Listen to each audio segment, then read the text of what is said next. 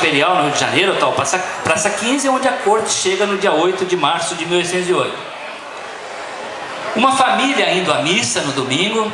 É uma cena curiosa, porque vocês observam que os brancos estão aqui na frente, ali atrás tem uma família de escravos. Um viajante da época, John Maui, um inglês, diz que quanto maior o número de escravos que acompanhavam essas famílias, maior era o seu status social dos acompanhados.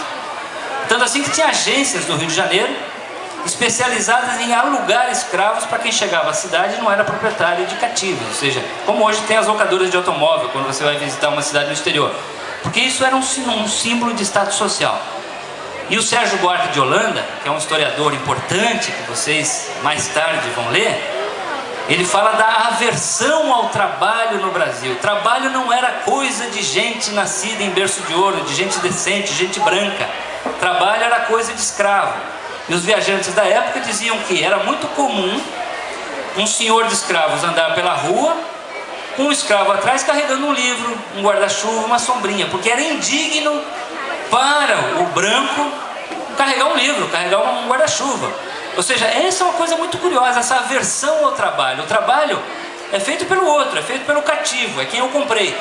Uma situação curiosa que eu relato no meu próximo livro, que é o 1822, que chega às livrarias daqui a 2 meses, no começo de setembro, é que o Dom Pedro I fez uma viagem à Bahia em 1828, e uma das primeiras decisões que ele tomou ao chegar a Salvador foi proibir funcionários públicos brancos que passavam em concurso, ganhavam um emprego e mandavam o escravo trabalhar no lugar dele. Aí o Dom Pedro fala, não, isso não pode não. Quem passou no concurso público tem que trabalhar, não pode mandar o escravo no lugar. Olha a situação, ou seja, o quanto esse país era dependente da mão de obra escrava, né?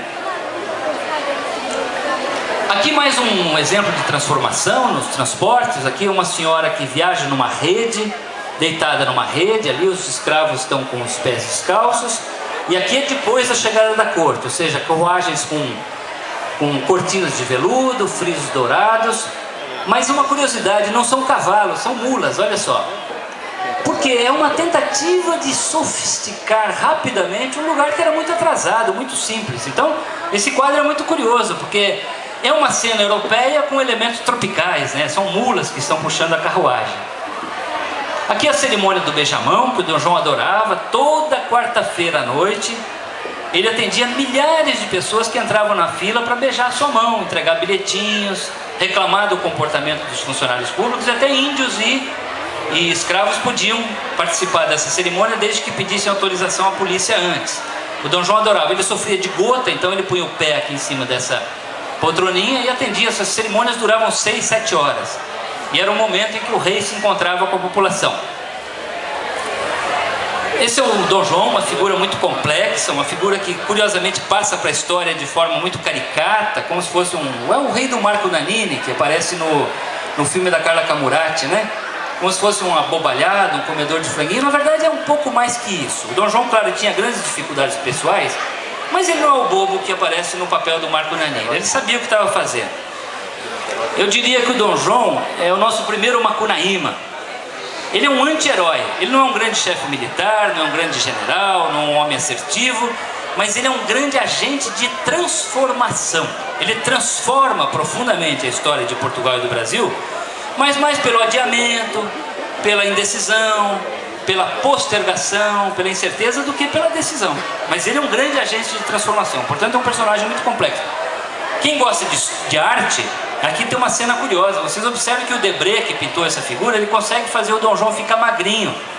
Ele usa uma técnica chamada chiaro escuro e ele projeta a luz só no centro do rei. O Dom João provavelmente vinha daqui até aqui.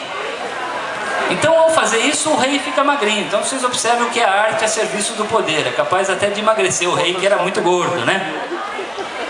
Aqui o Dom João já com uma papadinha, uma barriga um pouco maior. Essa é uma cena bastante curiosa também, porque vocês observam que o rei não está usando a coroa na cabeça. E tem uma explicação histórica isso. Vocês nunca vão ver um rei da dinastia de Bragança de Portugal usando a coroa na cabeça. Por quê? Porque no final do período da União Ibérica, entre 1580 e 1640, em que o trono de Portugal passou para a Espanha, o primeiro rei dessa dinastia, chamado Dom João IV, foi à capela de Nossa Senhora da Conceição, padroeira de Portugal, numa cidade chamada Vila Viçosa, no Alentejo, e doou a coroa a Nossa Senhora. De maneira que desde então os reis da dinastia de Bragança consideram que a verdadeira rainha de Portugal é Nossa Senhora. Os reis são meros agentes. Vocês observem a ligação entre religião e política no Portugal nessa época. É um acordo com os céus, que é um acordo curioso que não se transfere para o Brasil. Vocês vão ver lá na frente o Dom Pedro I, que era herdeiro da dinastia de Bragança, usando a coroa na cabeça. Então é um acordo que fica restrito a Portugal, né? Aqui o Dom João e a Carlota Joaquina, que era a mulher dele, do navio dos Piolhos, né? Esse é um casamento muito tumultuado. O Dom João se casou com a Carlota Joaquina, uma princesa espanhola, quando ela tinha 9 anos e ele tinha 18. E o casamento só se consumou quando ela chegou aos 15 anos. Mas é um casamento muito tumultuado. Existem rumores de que na primeira noite que ela se encontrou com ele, recém-chegada da Espanha, ela quebrou um castiçal na cabeça dele. E foi assim a vida toda, uma briga permanente, muitas conspirações, mas curiosamente, apesar disso, eles cumpriram muito bem as suas funções reprodutivas. Eles tiveram 9 filhos. Embora existam boatos de que muitos dos filhos não fossem realmente filhos do Dom João, mas de amantes que a Carlota Joaquina teria tido em Portugal e no Brasil. Esse é o Dom João andando a passeio perto do Rio de Janeiro. Esse é um rei que gostou muito do Brasil. É uma situação curiosa, porque existem notícias de crise de depressão no Dom João antes da vinda para o Brasil e depois da volta a Portugal, mas nenhuma crise de depressão no Brasil. Ele aparentemente gostou muito dos trópicos, do sol, foi tratado como rei no Rio de Janeiro, e se dependesse dele, ele teria ficado no Brasil. É curioso, se o Dom João tivesse apenas fugido de Napoleão, ele poderia ter voltado em 1811, que é o último ano em que as tropas francesas estão em Portugal, depois elas são expulsas pelos ingleses. Poderia voltar em 1815, que é o ano em que o Lord Wellington derrota Napoleão na Batalha de Waterloo. Mas não, ele vai ficando. Aliás, em 1815, ele não só não volta, como ele cria o Reino Unido, Brasil, Portugal e Algarve. Ele promove o Brasil à condição de Reino Unido com Portugal e Algarve, que é uma província no sul de Portugal.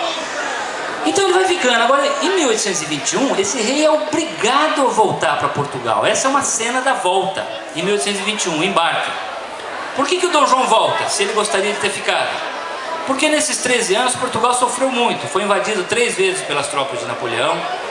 1/4 da população, 25%, morreu de fome, em guerra ou fugiu do país. O país se empobreceu porque perdeu todos os privilégios do monopólio colonial que se transferem para o Rio de Janeiro. Vira um protetorado da Inglaterra. É um general inglês que governa Portugal nesse período. Em 1820, a situação é tão angustiante, tão aflitiva, que ocorre uma grande rebelião em Portugal, chamada Revolução Liberal do Porto. E aí são convocadas as cortes. É importante para vocês que um dia forem fazer vestibular, não confundir a corte com as cortes. A corte são aquelas pessoas nobres, os duques, os barões, os marqueses que vivem ao redor do rei. As cortes eram uma espécie de parlamento, uma assembleia legislativa da monarquia, que só eram convocadas em situação de grande emergência nacional. E fazia 120 anos que as cortes não eram convocadas. Elas eram compostas pela nobreza, pela alta hierarquia militar e da igreja, e pelos representantes dos conselhos, que são os municípios em Portugal. Em 1820 as cortes são convocadas, mas com uma diferença: essas são cortes liberais, contaminadas pelas ideias da Revolução Francesa, antimonarquistas. Portanto, elas exigem a volta do rei a Portugal com o objetivo de diminuir os poderes. E o Dom João embarca. Diz que ele embarcou chorando, que não queria voltar.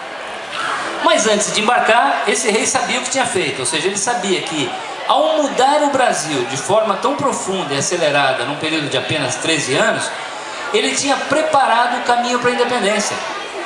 Depois das mudanças ocorridas nesses 13 anos, não havia possibilidade do Brasil retornar à condição de colônia que vigorava até 1807. Tanto assim que antes de embarcar, o Dom João chama o seu filho mais velho, o futuro imperador Pedro I do Brasil, e pronuncia essa frase célebre. Ele fala assim: Pedro, se o Brasil se separar, antes seja para ti que me has de respeitar do que para qualquer um desses aventureiros. Frase interessante, inteligente, porque ela tem 3 mensagens. Primeira mensagem: a independência vem aí, não dá para segurar. Segunda mensagem: precisamos controlar esse processo. Nós, da família real portuguesa, da família de Bragança, precisamos controlar o processo de independência do Brasil. Para quê? Para evitar que caia na mão desses aventureiros. Quem seriam esses aventureiros? Os republicanos que estavam fazendo a independência da América Espanhola.